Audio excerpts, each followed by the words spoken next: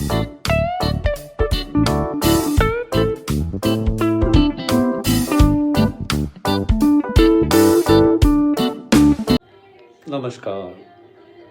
कैसे हो आप? उम्मीद करता हूँ कि आप सब ठीक होंगे, अपनी ज़िंदगी का खूब आनंद ले रहे होंगे। ज़िंदगी आनंद के लिए है, ज़िंदगी खुशियों के लिए है। खुशी कैसे प्राप्त करें?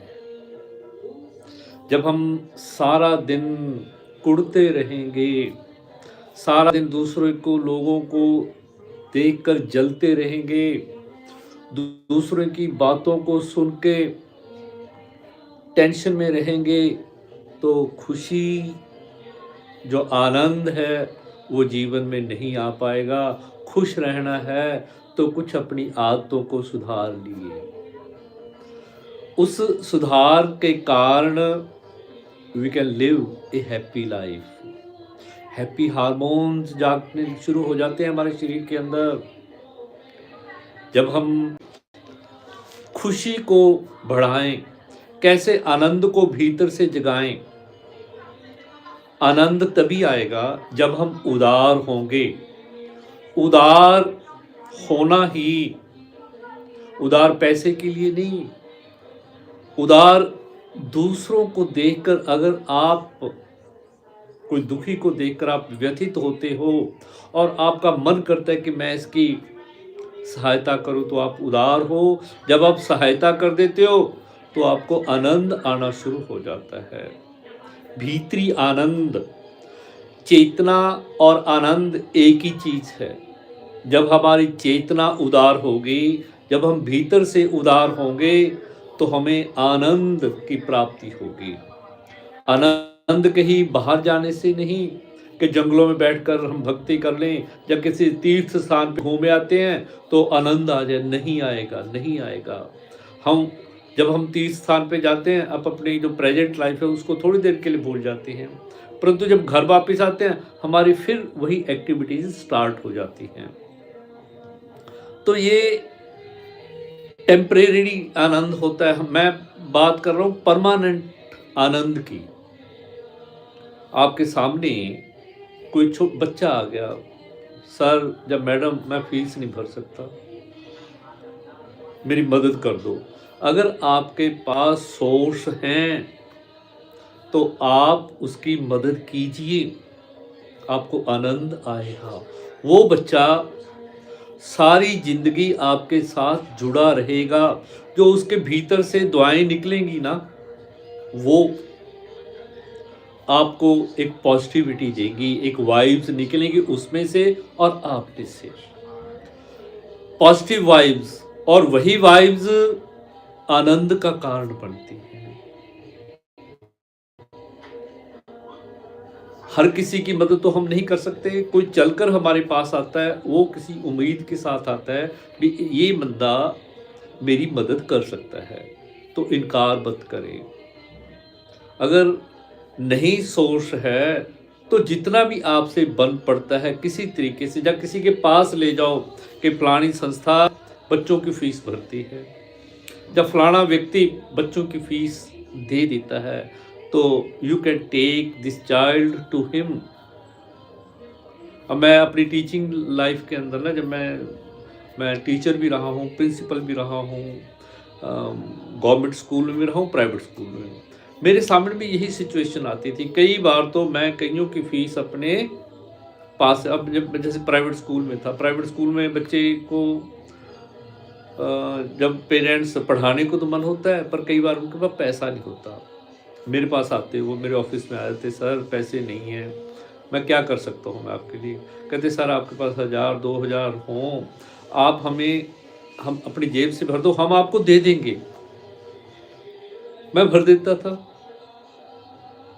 तो क्या होता, एक तो स्कूल से नाम कटने से बच गया, क्योंकि जो प्राइवेट मैनेजमेंट्स होती है ना, ये इनका फंडा ही अलग होता है इनका। गवर्नमेंट में तो थोड़ी सी फीस होती है, मैं अपनी जेब से भर देता था, और प्राइवेट में मोटी फीस होती है, तो उनकी हेल्प हो जाती, उनको यानी एक कंसोलेशन, या कि उनको टाइम मिल जाता अपनी जो बाकी की बची हुई फीस है उसको भरने के लिए।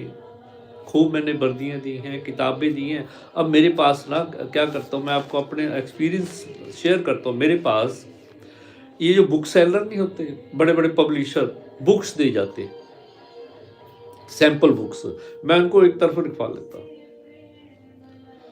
अब जब किसी बच्चे को किसी एमबीडी की या दीपक की, यही गाइड चल रही है ना आजकल हमारे एरिया में, तो वो उस बच्चे को मैं दे देता। या फिर किसी बच्चे ने अच्छा काम किया तो उसे दे देते, बिल्ले तू अपना काम चला। ये मेरा वर्षों से रूटीन रहा है और बड़ा आनंद आया, और उस आनंद की प्राप्ति मुझे हुई है फिजिकल भी और आंतरिक भी। फिजिकल मैंने ग्रोथ की है, खूब ग्रोथ किया मैंने, खूब ग्रोथ आई है मेरी लाइफ के अंदर। नहीं गवर्नमेंट स्कूल से रिटायर हुए किसी टीचर को, किसी प्रिंसिपल को ये प्राइवेट स्कूल वाले अंदर घुसने नहीं देते। मुझे इनवाइट किया गया 2 स्कूलों के द्वारा कि आओ सर रिटायरमेंट के बाद हमारे ज्वाइन करो, और बड़े स्कूल हैं वो, नामी स्कूल हैं, और मैंने ज्वाइन किया, एक स्कूल में ज्वाइन किया और 4-5 साल वहाँ रिटायरमेंट के बाद जॉब की। संतुष्टि मिली मुझे कि मुझे इस काबिल समझा गया है कि मैं कुछ कर सकता हूँ समाज के लिए। जिस स्कूल में मैं गया, बिगड़ा हुआ स्कूल था, उसको सुधारा, उसकी नई मैनेजमेंट खड़ी की, और उनको मैं एक बड़ा स्कूल देकर आया हूँ। जब मैंने वहाँ से छोड़ा उस स्कूल को, 15 से लेकर 19 तक मैं वहाँ रहा।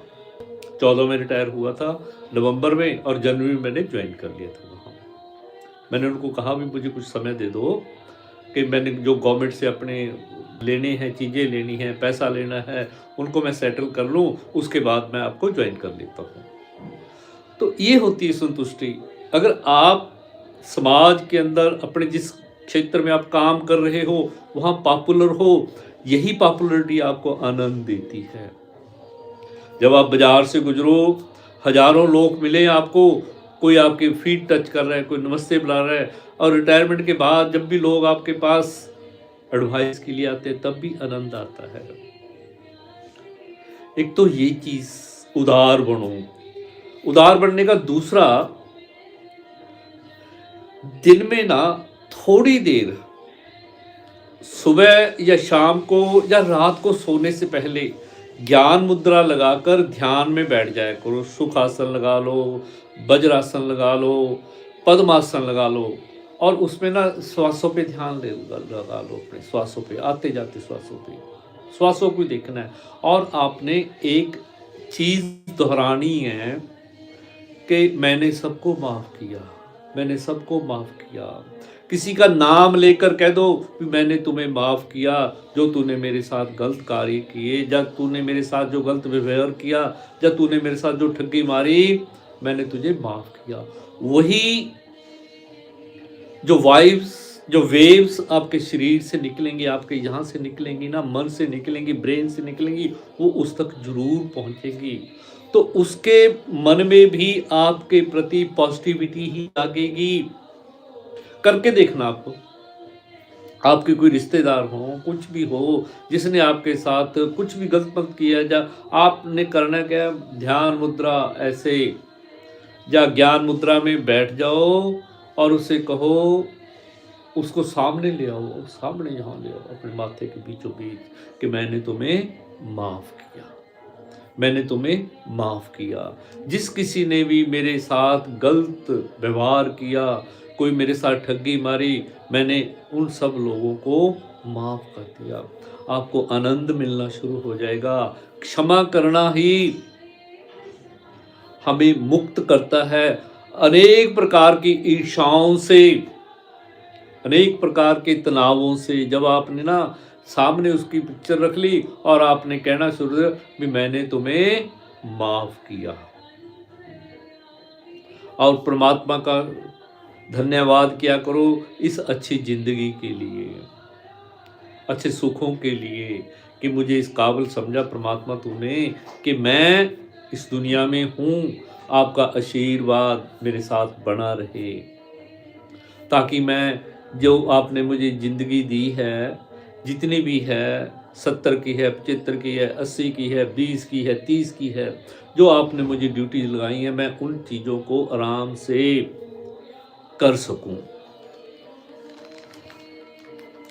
अपने अंदर जो भी भाव चल रहे हैं उनको दबाओ मत, ध्यान में बैठो, उनको बाहर निकालो, साक्षी भाव से साक्षी बन जाओ कि मैं नहीं हूँ, मैं शरीर नहीं हूँ, मैं आत्मा हूँ। अपनी चेतना को जागृत करना शुरू कर दो। जब हम अपनी चेतना को जागृत करते हैं तब भी हम आनंद की स्थिति में पहुंच जाते हैं। खुशी, जो हैप्पी हार्मोन्स होते हैं वो जागने शुरू हो जाते हैं। जितना हम अधिक उदार लिबरल होंगे उतना ही ये मन शांत, ये मन, जो मन पता नहीं कहाँ है बॉडी के अंदर, मन भी ठीक रहेगा, ब्रेन भी ठीक रहेगा, दिल भी ठीक रहेगा। करके देखना एक्सपेरिमेंट को। आप जिस भी फील्ड में हो, आप कोई भी काम कर रहे हो, थोड़ा सा उदार बनो। अगर आप दुकानदार हो ना, अगर आपके पास कोई सौदा लेने आ गया, वो नहीं पैसे दे रहा, तो उसको सौदा दे दो, कोई नहीं, आ जाएंगे। उस समय ये समझ लो कि मैंने दान कर दिया। जब ये भावना आ जाएंगी, आपके पैसे भी आएंगे और आप यहाँ आपको मानसिक संतोष भी मिलेगा कि मैंने किसी व्यक्ति का काम किया है, मैं किसी के काम आया हूँ। काम आना सीख लो। लोगों के काम आना जब सीख गए ना आप, तो ये सारी जो नेगेटिविटी ना शरीर के अंदर या आपके घर के अंदर, वो सारी निकलनी शुरू हो जाएंगी। ते हमारा ये जो आज्ञा चक्र और हमारा सहस्त्रासार चक्र जाग जाता है। आज्ञा चक्र पे ध्यान लगाकर जिस व्यक्ति को आप माफ़ करना चाहते हो उसको यहाँ ले आओ सामने, उसको कहो मैंने तुम्हें माफ़ किया, जो भी तूने मेरे साथ किया मैंने तुम्हें माफ़ किया। मैं तो अक्सर ऐसा ही करता हूँ, मेरी ये प्रैक्टिस है और आनंद की स्थिति में हूँ। कभी हम मानव हैं, ये जैसे गुस्सा है, दुख है, पीड़ा है, ये तो चलती रहती हैं, पर जब हम इन चीज़ों को प्रैक्टिकली करना शुरू कर देते हैं, then we live a happy and healthy life. जब हमारी क्षमा और करुणा, देखिए लिखा हुआ मैं पढ़ के सुना रहा हूँ, हमारी क्षमा और करुणा से अल्फा व बीटा तरंगे एक्टिव हो जाती हैं, जो शांति, संतुलन और उपचार से जुड़ी हुई है। जो मैं बात कह रहा था वही चीज़, ये कहीं कोई ये आर्टिकल था किसी न्यूज़पेपर पे छपा हुआ, मैं वहाँ से ले रहा हूँ ये लाइनें, क्वेट कर रहा हूँ। जो चीज़ें मैं कह रहा हूँ वही लोग लिख रहे हैं। भीतर से उठ खड़े होने की शक्ति, साहस व उदारता का नाम ही आनंद है। जब हम अंदर से संतुलित हैं तो बाहरी जो वातावरण है वो अपने आप ही संतुलित हो जाता है। खुश रहें, मस्त रहें, स्वस्थ रहें, खुशियाँ बांटते रहें। अगर हम खुश हैं ना तभी खुशियाँ बांटेंगे। उस परमपिता परमात्मा का हमेशा धन्यवाद करते रहें जिसने हमें ये दुनिया दी है, दुनिया दिखाई है, अच्छे सुख भोगने के लिए दी है। नमस्कार, धन्यवाद मेरे साथ जुड़े रहने के लिए। मेरे चैनल को सब्सक्राइब जरूर कर लिया करो, लाइक भी कर दिया करो, कमेंट कर दिया करो। अब कमेंट करके पूछ सकते हो मुझसे, कोई अगर कोई क्वेश्चन आपके मन में चल रहा है ना, दिमाग में चल रहा है, तो बाद में ही पूछ सकते हो आप मुझे। मैंने अपना नंबर दिया हुआ है अपनी ये डिस्क्रिप्शन के अंदर, तो वहाँ से आप नंबर लेकर मुझे व्हाट्सएप कीजिए, बस only WhatsApp, no call please. Type कीजिए प्रश्न को और मैं उत्तर जरूर दूंगा। नमस्कार, धन्यवाद मेरे साथ जुड़ने के लिए।